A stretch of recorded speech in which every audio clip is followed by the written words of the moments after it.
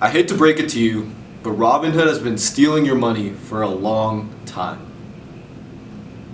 Okay, now that I have your attention, we can cue the title card. You might be wondering who I am. No, they're not. I graduated college with an economics degree, and I've been using Robinhood for a little over a year, but that's pretty much my only experience in finance. So you're probably wondering why you should trust me. You shouldn't. You should trust him. This is my friend Sri, and he's a really smart guy. He's also a pretty rich college student compared to me, a very broke college student. Young moolah, baby! So he has a lot of money invested in Robinhood. And because of his large stake in the market, he likes to stay educated. And that's how he found out what Robinhood has been doing. You know I can hear you, right? Dude, you're not. Now before we continue, full disclaimer, as you can tell by the huge losses that were on the screen a couple seconds ago, we're not financial advisors. Heck, we barely even graduated college. So we're not smart, and to make matters worse, Robinhood, like much of the financial sector, keeps things very private, so this is just our best guess at what happens behind the scenes. Do not take this as facts. This is our opinions, our beliefs on what our research has shown that Robinhood is doing. But we could be very, very wrong. So stay curious, stay informed, do your own research, and now let's get back to these two idiots. So one day GameStop was trending big on the market. So as any good, sensible, not impulsive trader would do, I bought it on Robinhood. Bro, stop doing that! Huh? So Robinhood blocked trading on GameStop, and this is real sus, because it goes against Robinhood's entire mission. Cue graphics! This is Vlad Tenev, and this is my brown homie, Baiju Bhatt. They founded Robinhood in 2013, but their inspiration from the app came from a little event called Occupy Wall Street in 2011. Occupy Wall Street was a protest for the masses. Those involved in the movement thought the government was allowing the rich to get richer and the poor to get poorer. Bhatt and Tenev saw this movement and realized one way the government was making the wealth gap even larger, and it was by limiting the amount of regular people in the stock market. So that was, and still is, the mission of Robinhood, democratizing finance for all. Now, the way they did this was by creating free trading. But it's not free, because Robinhood, like any other business, is trying to make money. This is Sri. Back before computers and even before the creation of the stock market, if Sri wanted to buy ownership of a company, he'd meet some person from the company he's trying to buy from and negotiate a price that he's willing to pay the person in exchange for a physical piece of paper that would indicate Sri's ownership of the company.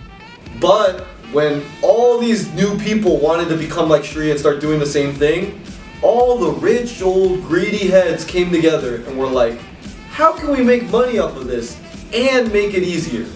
And that's when they created something called brokers. Companies didn't want millions of people calling them up individually, and so the government gave power to these gatekeepers known as brokers who would oversee trades in return for a little bit of money that we call commission.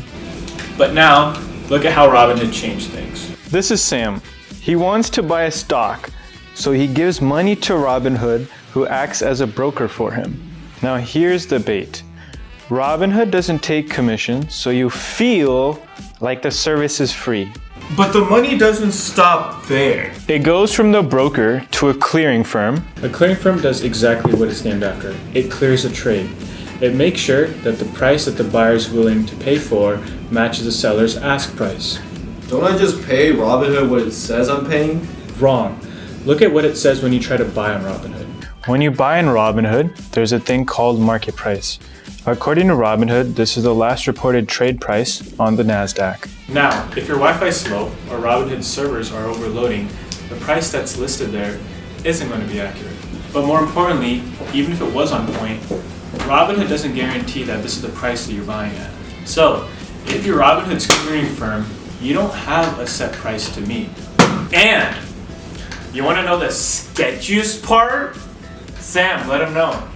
Robinhood is its own clearing firm. And that is a bigger problem when we see where the money goes next. Citadel.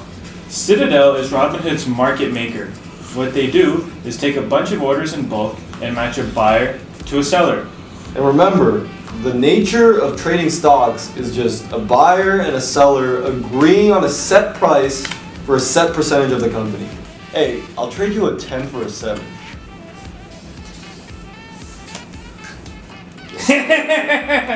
I got 4 10s in a row. Let's say you have 3 buyers and 3 sellers. Buyer A wants to buy at $1, B at 2, C at 3. Likewise, seller D wants to sell at 1, E at 2, and F at 3. One possible arrangement is that A sells to D, B to E, and C to F. If this happens, everyone gets what they want and there's no profit. But what if D sells to C? Then there's an extra $2 there that seller D profits. That's pretty good for seller D. This is what Citadel does. They match buy and sell orders in a way where they can make a profit. Except this time, the difference isn't in dollars, but in fractions of pennies. And that might not seem like much to you, but when you multiply that by millions of orders each day, that's a whole bunch of money.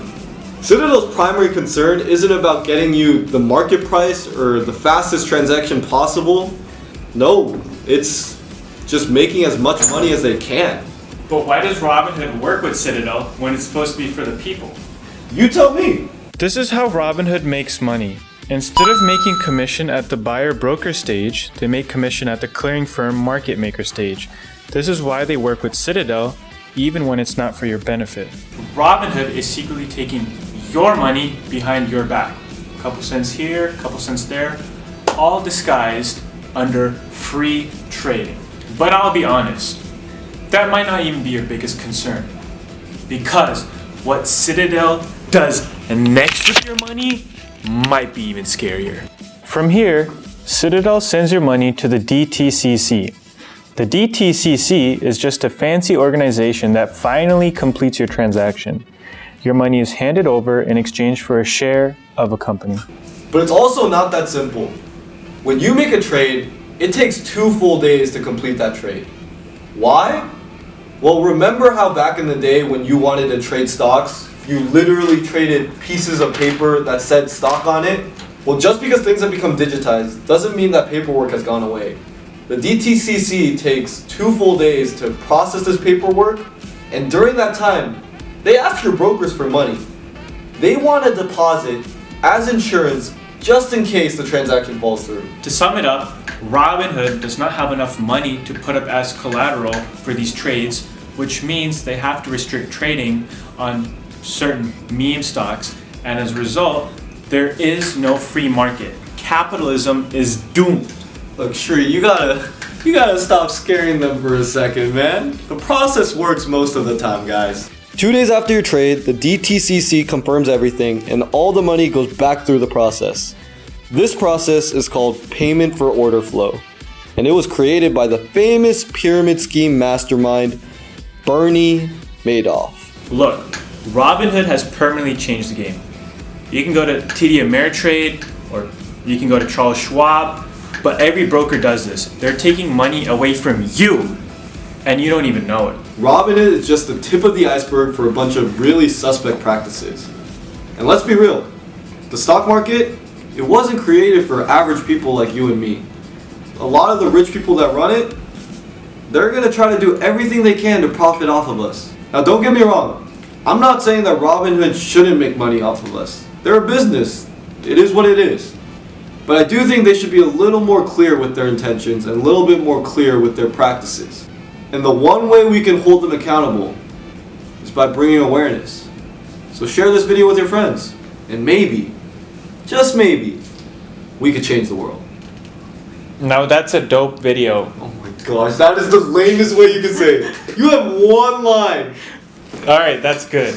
No, You're saying, no, better. you're saying that's lame is funny. That's the whole point. Okay, alright. Alright, if you like this video, my cameraman is telling me that you should like, subscribe, leave a comment down below, watch this Venmo video, that was pretty cool. And yeah, we're making 0 money off of this as of now, and it's very, very late, and we've been filming for like 3 hours, so please share.